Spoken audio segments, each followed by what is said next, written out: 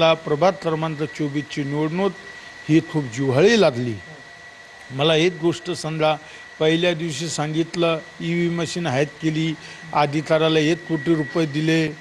मला समजा मी तिथे गेलो, मी मशीन मॅनेज केली. माझं मत असं आहे, कोणत्याही विरोधी पक्षाला माझं चॅलेंज आहे. 38 फेऱ्या म्हणजे 8 फेऱ्या झाल्या, 38 बूथ होते.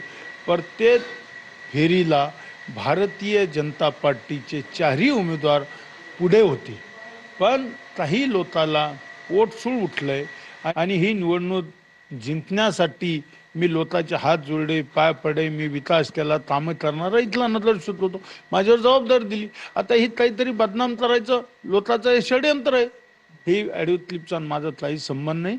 लोकांनी बदनाम करण्याचा मला पूर्णपणे प्रयत्न करू लागला. आपण म्हणता की ती ऑडिओ क्लिप जी आहे ते मोडतोड करून व्हायरल केली. मूळ ऑडिओ क्लिप काय होती? कोणासोबत संवाद साधला होता? माझा कोणाशी संबंध नाही. माझी अजूनही ऑडिओ क्लिप आली 4 वर्षापूर्वीची, की जातीवाद बोललो म्हणून सनी मी. तिचा तर माझा काही संबंध नाही. मी त्याच्यावर 2 FIR दाखल केलेले त्या ऑडिओ क्लिपच्या विरुद्ध. 2 माझ्यावर दोन्ही FIR आहे. मी दोन्ही FIR तुम्हाला देऊ शकतो. मी ऑलरेडी गुन्हे दाखल केलेले.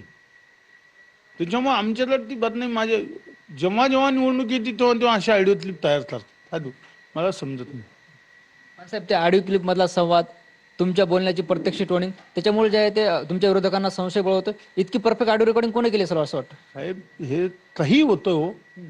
मी तुम्हाला सांगतो, माझजवळ येते कोणी कोणाचाही आवाज काढू शकतो, कोणी कोणाचाही आवाज देऊ शकतो आणि कोणी कोणाच्या याच्यावर बी बोलू शकतो. याच्यात पुढे मला तीळ मात्र शंका वाटत नाही. तर आपण बघतो ही ऑडिओ क्लिप समोर आली, अजून काही अशा ऑडिओ क्लिप समोर येऊ शकतात का? माझं आहे ना ऑडिओ क्लिप, अजून मी FIR दाखल केलेले आहे ना. खोटे ऑडिओ क्लिप तयार केलेले आहे माझ्या. मी त्याच्यावर FIR दाखल केलेले आहे, जातीवादात बोललो म्हणून सनी.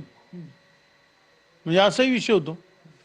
मी तुम्हाला त्याची FIRची कॉपी देऊ शकतो. मी FIR दाखल आत्ता देतो. मी FIRची कॉपी.